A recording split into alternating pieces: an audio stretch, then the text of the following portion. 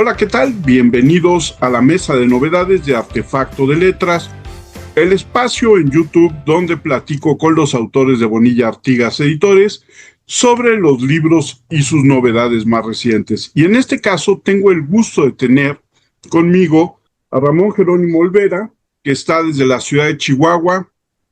Ramón, qué gusto tenerte y gracias por aceptar la invitación.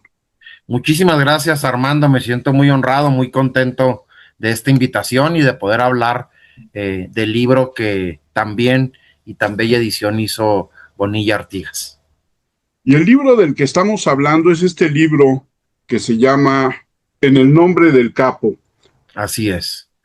Y es un libro que te voy a decir que yo empecé a leerlo y no lo solté hasta terminarlo porque creo que la propuesta es muy interesante. Cuéntame cómo llegas a la historia. Mira, yo había escrito un libro anterior que era un estudio muy académico sobre la literatura y el narcotráfico, que es de los primeros más o menos que se hacen ya formalmente, pero yo me quedé con las ganas de hacer algo lúdico y de pronto caí en cuenta de que si veíamos esto que se llama narcocultura a través de los ojos de los pecados capitales, podía surgir algo interesante, porque hablar de pecados capitales es referir al horizonte, a la forma de pensar, al etos de la Edad Media. Sin embargo, hablar de narcocultura es hablar de lo más vigente, de lo más posmoderno, de lo más kitsch, y me gustó hacer como que esta mezcla entre el discurso filosófico medieval hasta cierto punto y lo narco referido en la música, en la literatura, en la pintura, y creo que parte pues de este afán de hacer un ensayo algo lúdico. Espero haberlo logrado. Algo lúdico, pero además bueno, antes que nada, hablamos del libro y no dijimos el nombre. El nombre es En el nombre del capo, los pecados capitales en la narcocultura. Así Y es.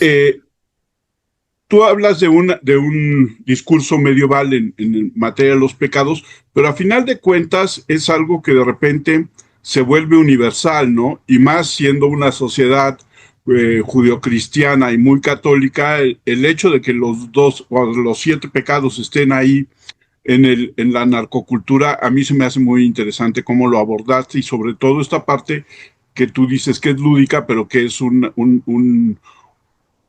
una exposición erudita de todo lo que conoces de series, de libros, de música, de anécdotas del narco referenciado sobre todo a esta parte de la cultura mucho más, vamos a decir, tradicional que va implícita en los pecados capitales, ¿no? Sí, lo que pasa es que estamos sobreexpuestos. Creo que es una característica de nuestro tiempo, ¿no? La sobreexposición a todo. El quiebre que se dio, que pareciera que no tiene marcha atrás, no creas que me gusta, pero este quiebre que se dio entre lo público y lo privado nos ha llevado a que la exposición está en todo momento, y nuestro mundo está regido por una economía hipercapitalista, por las leyes del neoliberalismo, que más que leyes ya se han vuelto casi dictados religiosos. Y mientras se va dando esto, surge lo narco. Y en el caso de México, de América Latina y por qué no también de los Estados Unidos, lo narco empieza a copar una serie de manifestaciones culturales, ¿no? En la literatura, en el cine, en el cómic. Y bueno, a mí lo que me planteó el libro es tratar, no sé si de entender, porque ya entender esto me parece bastante complejo, no sé si se pueda lograr, pero sí tratar de mostrar qué está sucediendo en diversas manifestaciones estéticas. Todavía hay sectores de la academia muy reacios a abordarlo, o lo abordan cosificándolo estrictamente en el lenguaje de la academia, cosa que es muy valiosa y que también he hecho alguna vez en mi vida, pero acá lo que me interesa es que fluya un poquito más en torno a estos 7 pecados, porque pareciera que la humanidad se quiso dejar de largo, quiso superar el Estado religioso. A final de cuentas, la Revolución Francesa, el nacimiento del Estado moderno es ese intento, pero lo religioso sigue en los poros de lo humano y sigue, a mí me gusta decir, que sigue en los cimientos de la modernidad. Ahí está lo religioso. Mira, como fondo tenemos una versión del Bosco de Adán y Eva, y ese momento tan impresionante narrado desde el texto bíblico, donde el ser humano, al probar el fruto prohibido, toma conciencia de su libertad. Y al tomar conciencia de su libertad, también viene con ello el gran sentimiento de culpa. Y por más posmodernos, por más hiperacelerados, por más hipercapitalistas, la sensación de culpa, lo religioso, sigue ahí y se aprecia mucho en el mundo y en la estética de lo narco. Y una de las cosas que haces muy bien es ir relacionando cada uno de los pecados, ejemplificando muy bien. Y a mí me llama mucho la atención cómo cierras el libro con la pereza, el pecado que los narcos más rehuyen, ¿no? O que más le ponen esto, como si para ellos también la pereza fuera en sí un pecado capital. Así es, ese es el pecado que no cometen.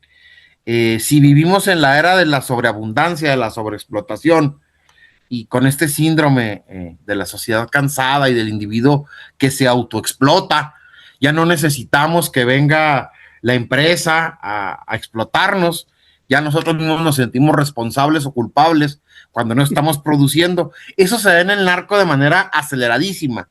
Y mira, tomo un ejemplo de Aurelio Casillas, un personaje de una narcoserie muy kitsch, pero que nos ilustra mucho, ¿no? El tipo cuando está en medio de los placeres, o está descansando, o está tratando de disfrutar su dinero, se pone a trabajar. E inmediatamente dice primero lo que deja y luego lo que apendeja. Es esta necesidad de estar produciendo que en el narco llega a lo patológico. Lo que sucede es que entre la sacralización del trabajo y del dinero que hace el hipercapitalismo, que se aprecia, por ejemplo, en el globo de Wall Street, y lo que hacen los narcos no dista mucho, ¿eh? O sea, el evangelio del narco es muy similar al evangelio de los tiburones que todo el día están pensando en ganar dinero.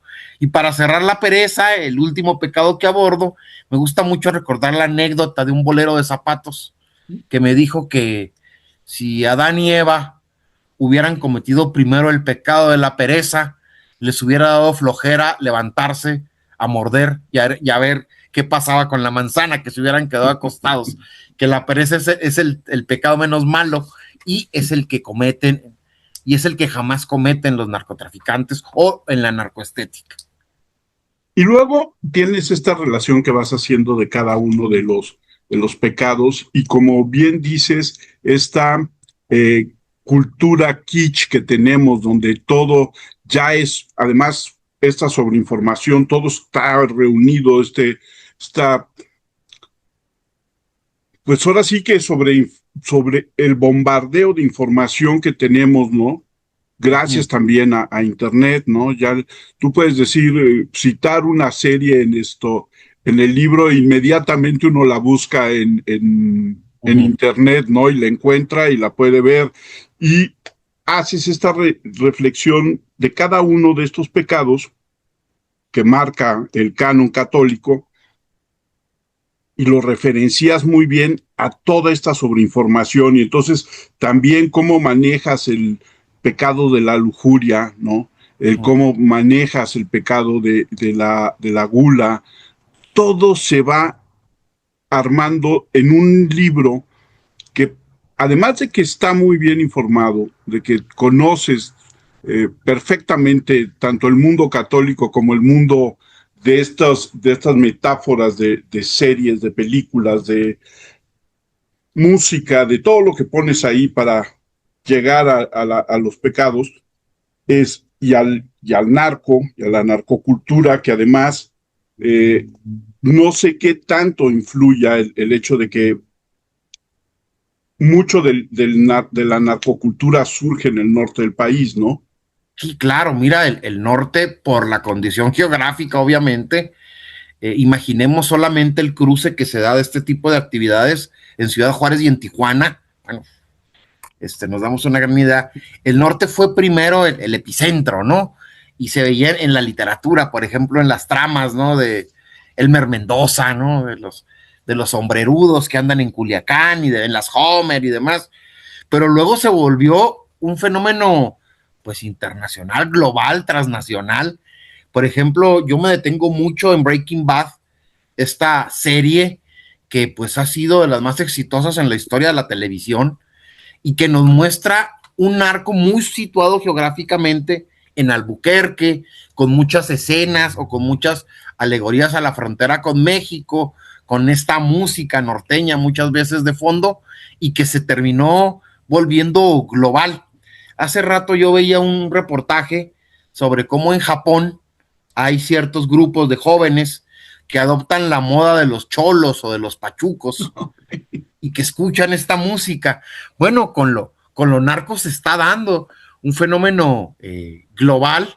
En alguna Navidad, para anunciar la serie Narcos en Madrid, pusieron en las pantallas gigantes un lema que decía, haciendo alusión a la canción, "Oh, Blanca Navidad", y la imagen de Pablo Escobar desvanecida, ¿no? Entonces esto ya se nos volvió mundial y a la vez muy situado, muy geográfico, porque a final de cuentas el fenómeno y el tema de fondo que es las adicciones en las sociedades y en las personas ha estado siempre a lo largo de la historia de la humanidad, nada más que ahora se nos hiperaceleró y se nos metió el crimen, pero el fenómeno ahí ha estado siempre.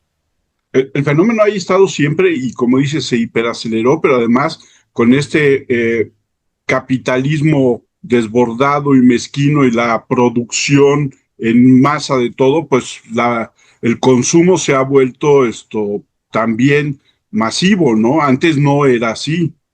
Así es, el consumo se ha vuelto masivo y las redes para llegar a ese consumo se han llenado de sangre. En ese drama no ha podido salir gran parte de Latinoamérica y México, ¿no? Porque no solo se trata del consumo, se trata de toda la estructura que se ha montado en torno al consumo y de los imaginarios que tenemos respecto a esto. A final de cuentas, al capitalismo le cuesta trabajo, pero debería reconocer que lo narco no es sino la joya de la corona, sino el gran homenaje a consumir por consumir hasta perder la conciencia.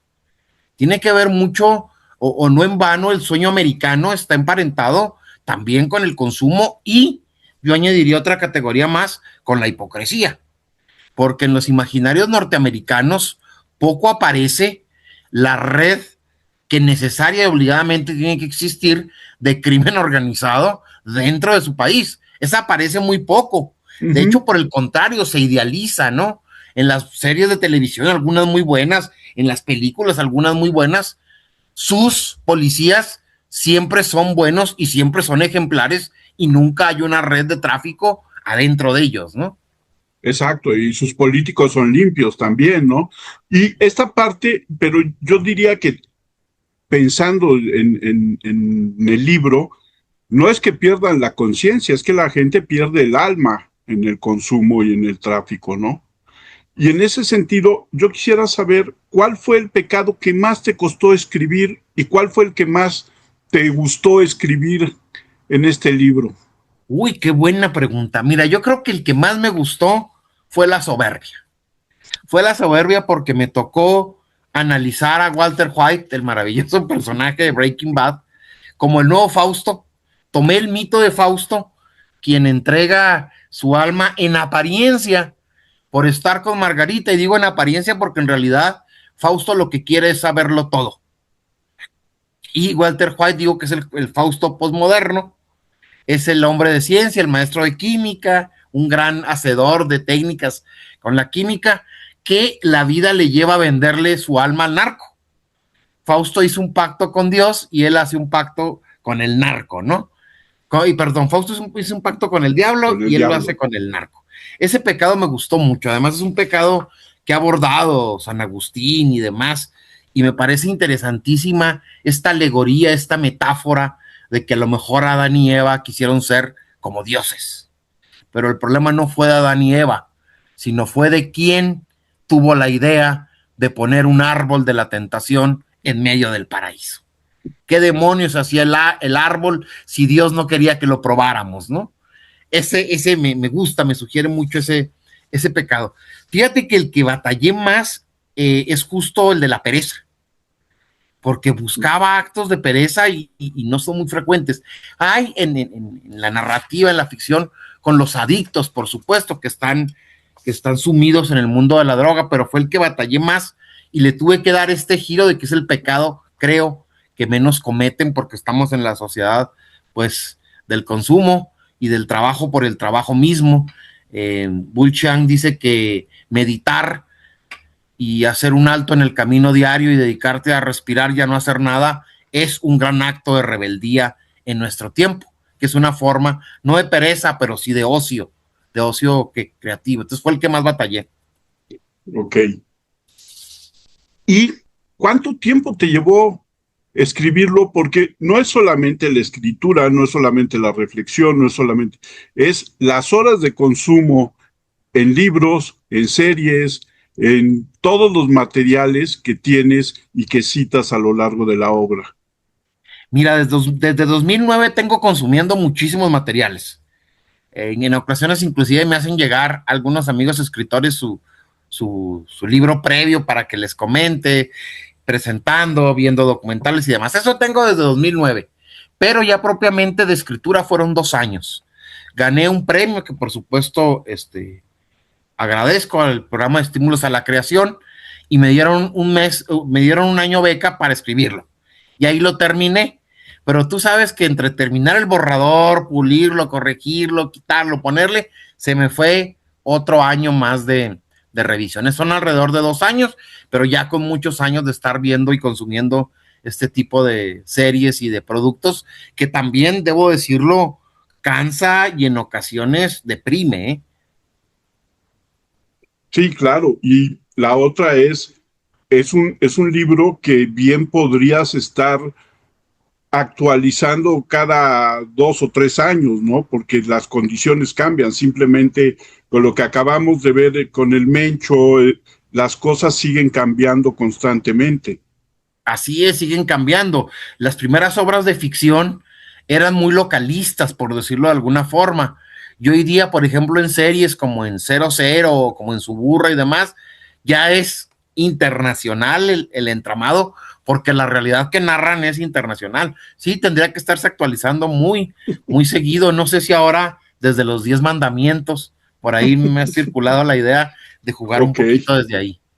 ¿Y por qué justamente desde el lado de la visión católica? ¿Por qué no desde el lado de, yo sé que no somos un país eh, judío o musulmán, pero ¿por qué no intervienen también las otras visiones? Hoy que es global el asunto y que tienes mafias judías y tienes mafias musulmanas Claro. disfrazadas también o no disfrazadas, ¿por qué no abordarlo también desde esas otras culturas?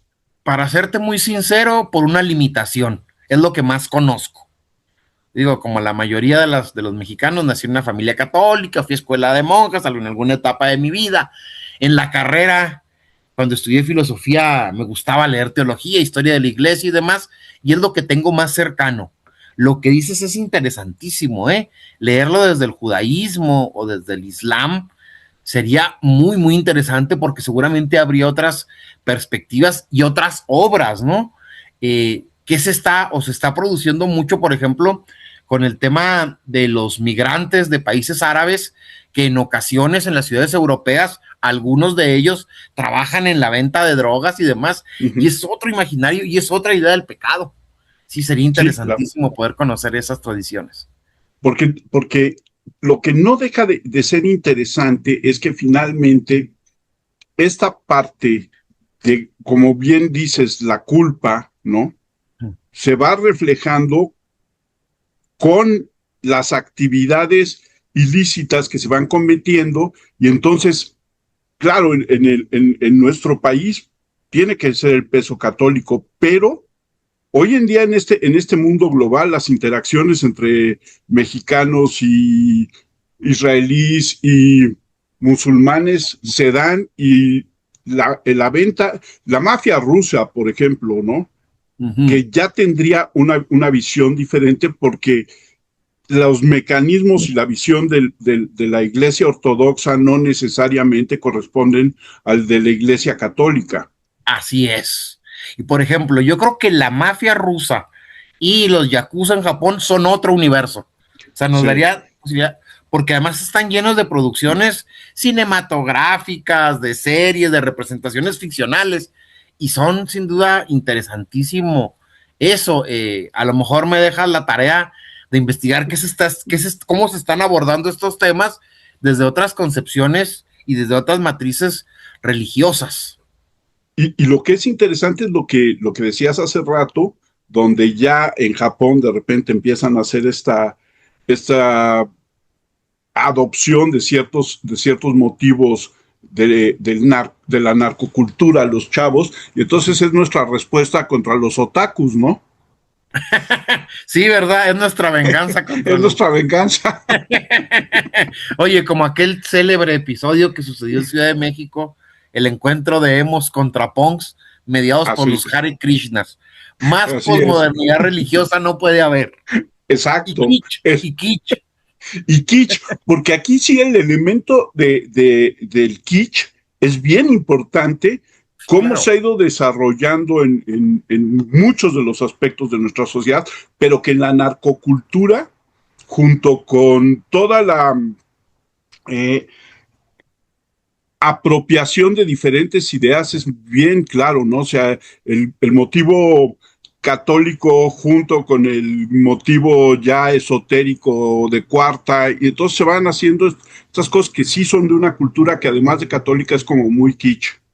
O sea, el kitsch en este caso, en la narcocultura, pensemos en la colección de esclavas, de colguijes, de cristos, de aretes que hay en torno. Estamos hablando en una, no me gusta la palabra degradación, pero a lo mejor es la que va, una degradación del barroco o una neoasimilación, sonó muy académico y muy mamerto eso, pero una neoasimilación del barroco, es otra presentación del barroco y de lo excedente como sinónimo de la riqueza, ¿no? Que la riqueza no es sino una explicación al vacío de la culpa original. O sea, la culpa sigue ahí metida, seamos o no creyentes. Seamos o no creyentes, porque desgraciadamente no dejamos de estar influidos por toda la sociedad judeocristiana, ¿no? Pero ahora que hablabas de la riqueza, cuéntanos un poco de la avaricia. Uh -huh. Bueno, la avaricia es sin duda el pecado o de los pecados más evidentes que se pueden encontrar.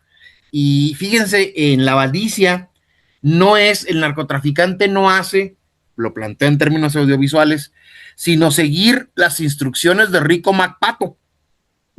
Cuando fuimos niños que nos tocó ver a Rico MacPato y su deseo de acumular y acumular y acumular y de hacer visible lo que acumula y de ser un canijo y un desgraciado en muchos sentidos, bueno, y los consejos que le daba a los sobrinos, no es que nosotros como niños lo veíamos con cierta neutralidad ideológica, nos sentábamos a verlo y ya, y no, o terminó siendo, sino el gran maestro de la acumulación de la riqueza y de la ética de lo narco, ¿no? Es Rico MacPato el que los lleva a cabo, y bueno, se ve, o una de las grandes tragedias de la avaricia es que está la acumulación que se tiene que pasa inadvertido a quien la posee. Cuando yo poseo una colección de 45 autos de lujo, he dejado de tener autos de lujo para acumular algo que me hace sentir vacío y que termino asimilando como chatarra, ¿no? Y también allá hablamos algo de Breaking Bad, cuando logra hacer todo el dinero del mundo y no puede realizar una llamada telefónica a su casa. O tiene que pagar 10, 15 mil dólares para que la persona que va y le deja los víveres se siente a jugar una hora póker con él y pueda platicar. La avaricia es, a final de cuentas, el gran monstruo que termina engulléndose a sí mismo. Y luego, un poco de la mano de la avaricia va la envidia, ¿no? Sí, claro. Y la envidia es el más dañino de los pecados capitales, dicen algunos, porque el envidioso no gana nada haciéndolo. Esto es, yo puedo tenerle muchísima envidia a tal o cual escritor, y con la envidia no voy a ganar que deje de ser mejor escritor o ser mejor yo que él. Y en la envidia, pues abordo algunos textos y algunas cuestiones, por ejemplo, una novela de Juan José Rodríguez, donde se sitúa en Culiacán, y la gran competencia es quién hace la fiesta de niños más lujosa. Y cómo en esta competencia empiezan a corroerse, empiezan a desgastarse y nacen las grandes tragedias por esta envidia. Hay una serie televisiva de narcoseries que se llama Enemigo Íntimo, donde el padre, el narco dueño del cártel, prefiere que la hija sea la depositaria del negocio y no el hijo, y le va a generar al hijo una envidia terrible que le lleva a matarla. Y esta idea que toma el capo del narco no está muy lejana. Si alguien muy ortodoxo me escucha, no le va a gustar.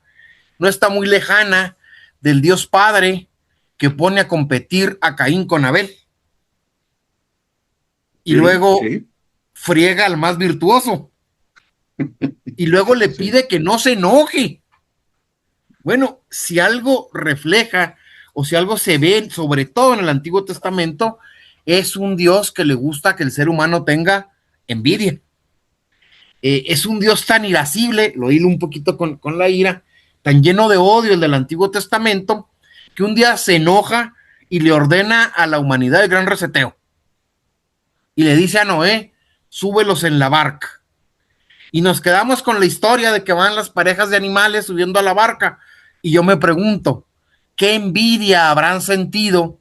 Digo, yo sé que los animales no sienten envidia, pero jugando un poquito con esto, Uh-huh. ¿qué envidia pudieron haber sentido todos los demás animales que se quedaron en tierra ahogándose mientras veían a lo lejos que en la barca solo una pareja había logrado? ¿A qué voy? A que este Dios que nos pone a elegir a partir de caprichos se suplanta por la figura del narco y se genera la envidia, que es uno de los pecados motores que llevan al desequilibrio y al desenfreno más terrible que tiene el capitalismo.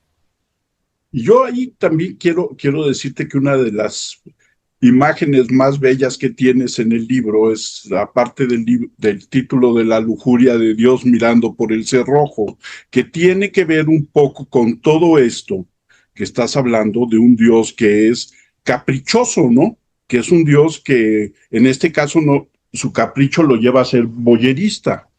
Uh-huh. Sí, claro, es boyerista.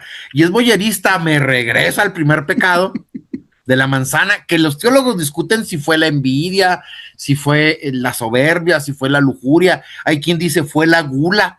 El fruto se veía muy apetitoso, fue lo que les movió. Bueno, me regreso pues a este primer hecho, y Dios está mirando por el cerrojo desde que se dio el primer mordisco a la manzana. Antes de eso su ventana no le interesaba tanto, porque antes de eso Adán y Eva eran los más privilegiados, sí, pero eran dos animales más, dos criaturas más en la creación que obedecían ciegamente. Con la manzana Dios mira en el cerrojo, y a final de cuentas lo que más nos atrae a los seres humanos es mirar por el cerrojo lo prohibido. Así es.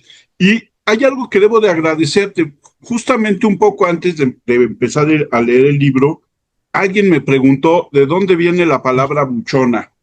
Uh-huh. Y ahora ya sé que viene del Buchanan's. Del Buchanan's, así es, del Buchanan's que se toman en estas macrofiestas. El Buchanan's se da 18 años, que es el más caro, y de ahí viene la voz de buchona. Y son estas buchonas que son parte de la lujuria y de la envidia las que llevan a esta novela que dices de las fiestas infantiles, ¿no? Así es, son estas muchachas que en pos de entrar en el mundo del narco y de los satisfactores temporales que da, hacen una cuestión y es corporal, es modificar radicalmente su cuerpo para generar los deseos más intensos. Esto ha sucedido siempre en la historia de la humanidad.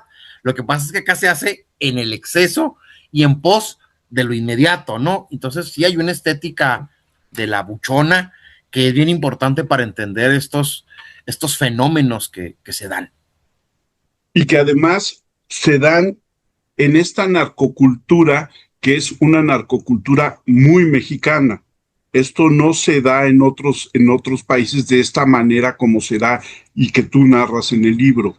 Así es, mira, conocemos en la teoría literaria tradicional, ¿no? Como el síndrome del Quijote, este hombre que por leer historias de caballería terminó creyendo que estaba en una de ellas.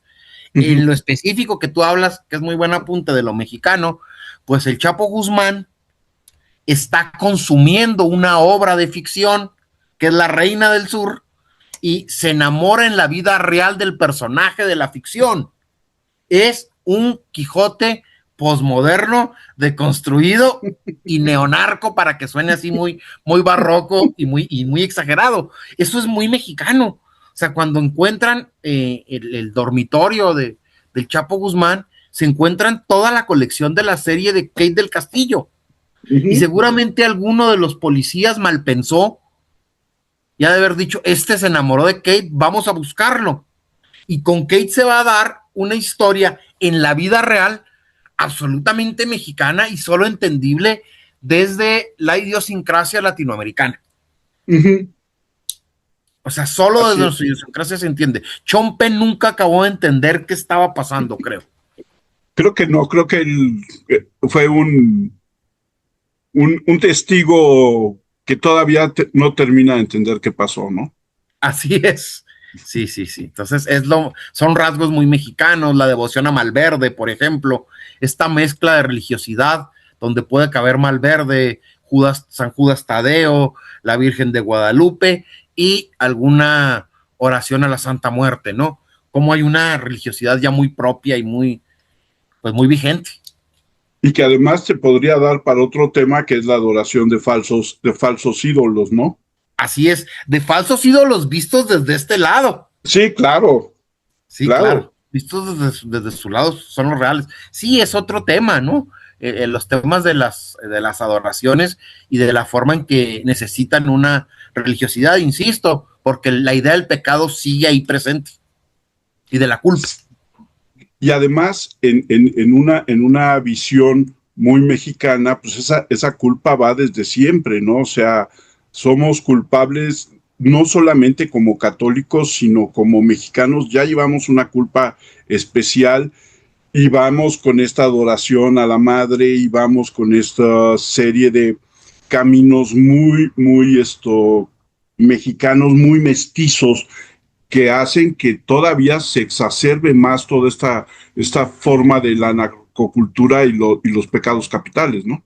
Así es, mira, es una culpa y siguiendo un poquito Octavio Paz, es un desgarre. O sea, cuando Paz nos plantea que somos posiblemente hijos de una violación, no solo histórica, sino cultural, que nunca va a ser resanada, esto es muy trágico, ¿no? Y claro que se ve en esto, por ejemplo se aprecia en la música popular mexicana, no siempre en el narco, pero esta idea de ya muerto voy a llevarme nomás un puño de tierra, no es sino el polvo eres y en polvo te convertirás, pero cantado, pero expresado a lo mexicano, ¿no? Y los narcocorridos, sobre todo las dos primeras generaciones, la que nos tocó magnífica de los Tigres del Norte, que tenían ingenio, que tenían métrica y demás, los narcocorridos sí recogen muchas de estas cuestiones trágicas, ¿no? Esta frase que yo creo que ni el mejor novelista la puede decir, la traición y el contrabando son cosas incompartidas, ¿no? Ahí está también nuestra cultura. Y ahora qué ha generado en el melodrama, ¿no? Sí, claro. Y el melodrama siempre tan presente, ¿eh? Y está Claro. presente en lo televisivo, pero si nos vamos para atrás, en la radionovela, Y en la y, época y del cine mexicano, de la mal llamada época dorada, también es puro melodrama, ¿no?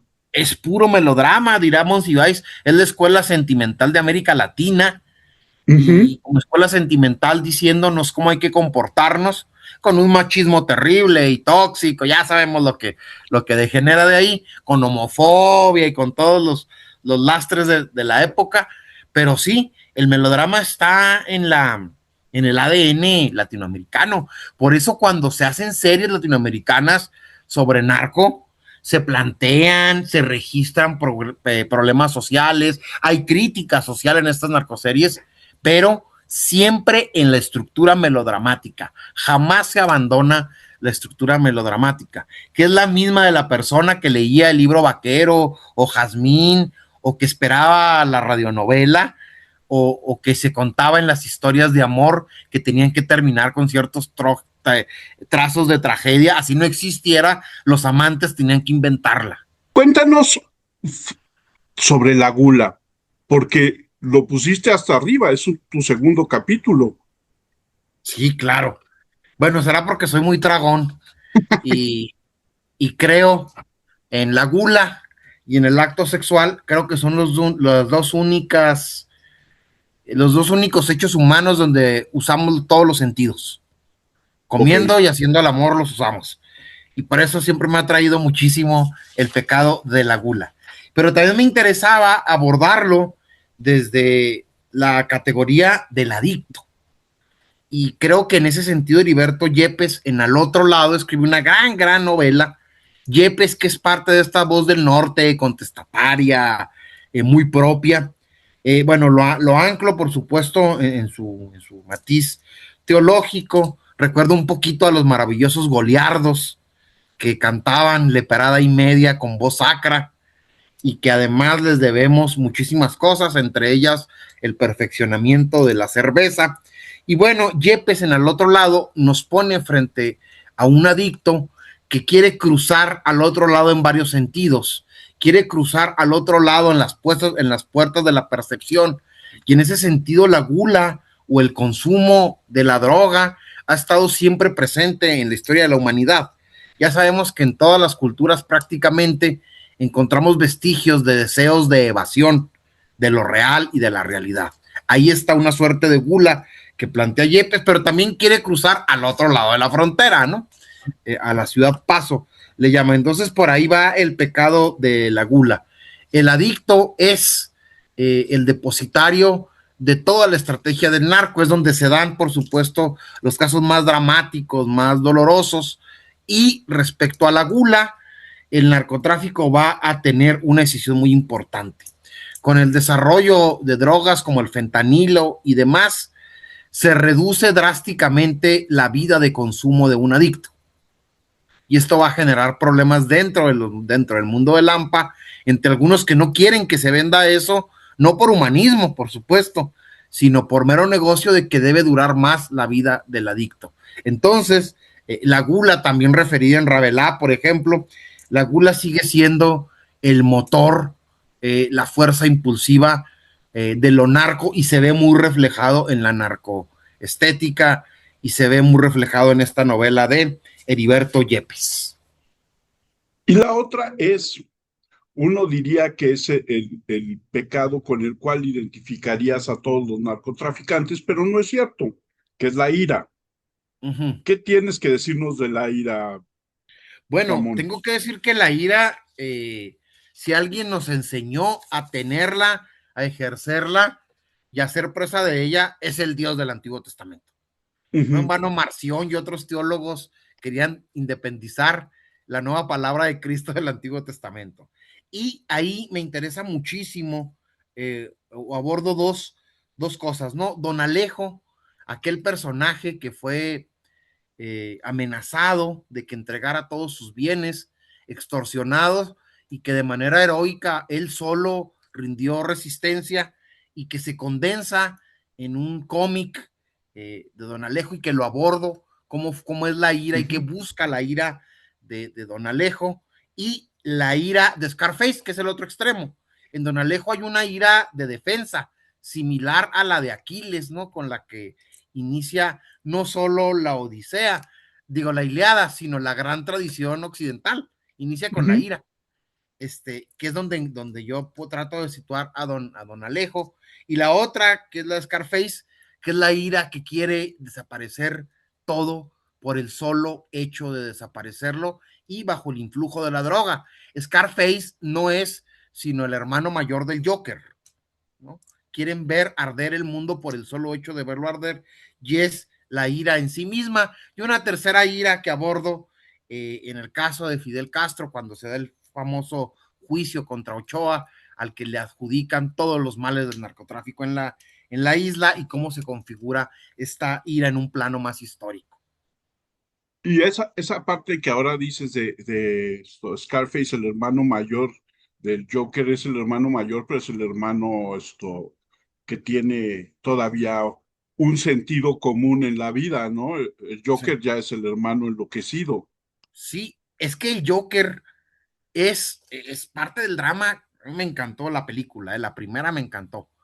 Parte del drama del Joker es que no tiene acceso a la sustancia que le hace sentir bien.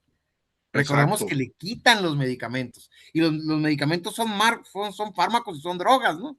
Claro, lícitas, reguladas y necesarias, pero le quitan eso. En Scarface es por exceso, y acá es por carencia.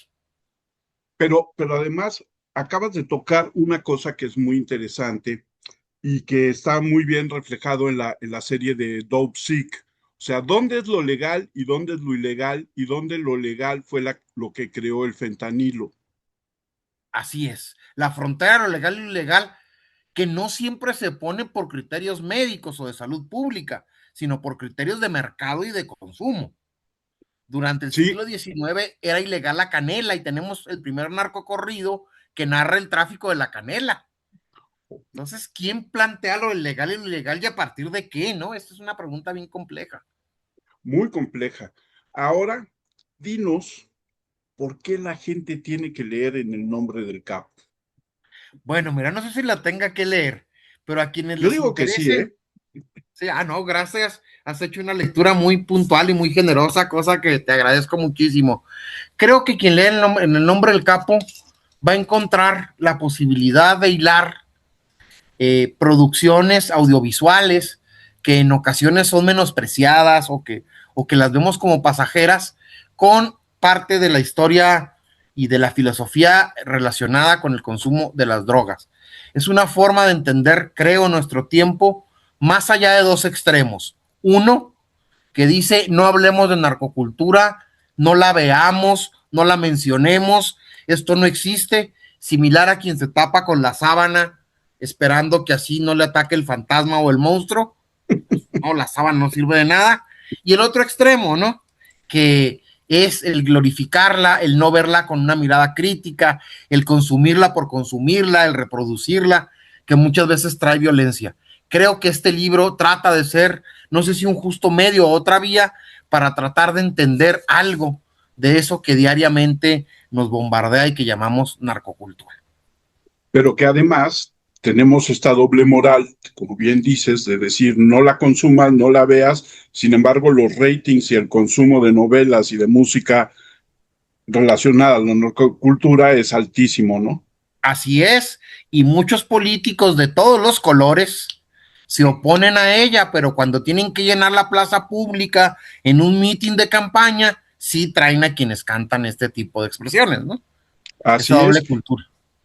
Y una cosa que es muy, muy interesante del libro, no solamente este recorrido o esta puntual, esta puntual ejemplificación con las series, con los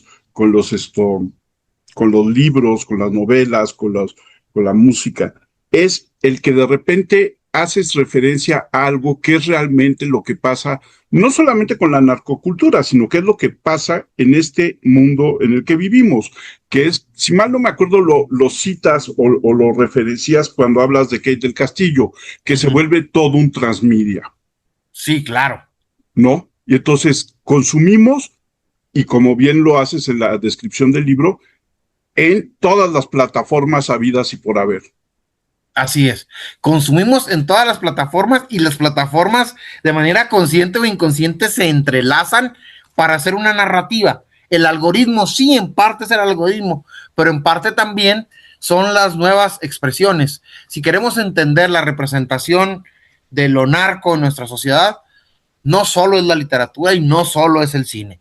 Ahí está la era digital y ahí está el caso Kate, ¿no? Cómo la realidad y la ficción se fueron haciendo una especie de serpiente donde ya nadie sabe dónde está cada cosa, ¿no? Y es lo transmedia, es una condición de nuestro tiempo, por un lado muy espectacular, por un lado nos asombra, pero por el otro lado tiene esta este gran problema de que podemos ser presos del algoritmo y de que nos suceda algo, y es de que nosotros seamos los consumidos por los medios. Exactamente, y que además no necesariamente hoy en día ya con el algoritmo y con ciertas plataformas no necesito tener una narrativa como clásicamente la conocemos, simplemente nos volvemos como espectadores de algo que está sucediendo y más como voyeristas de lo que pasa, ¿no? Sí, así es. Y mira, por lo menos el voyerista tiene idea y sensación de lo que está buscando, pero el voyerismo que nos pueden llevar este consumo acrítico de medios es terrible porque muchas personas consumen sin ningún sentido.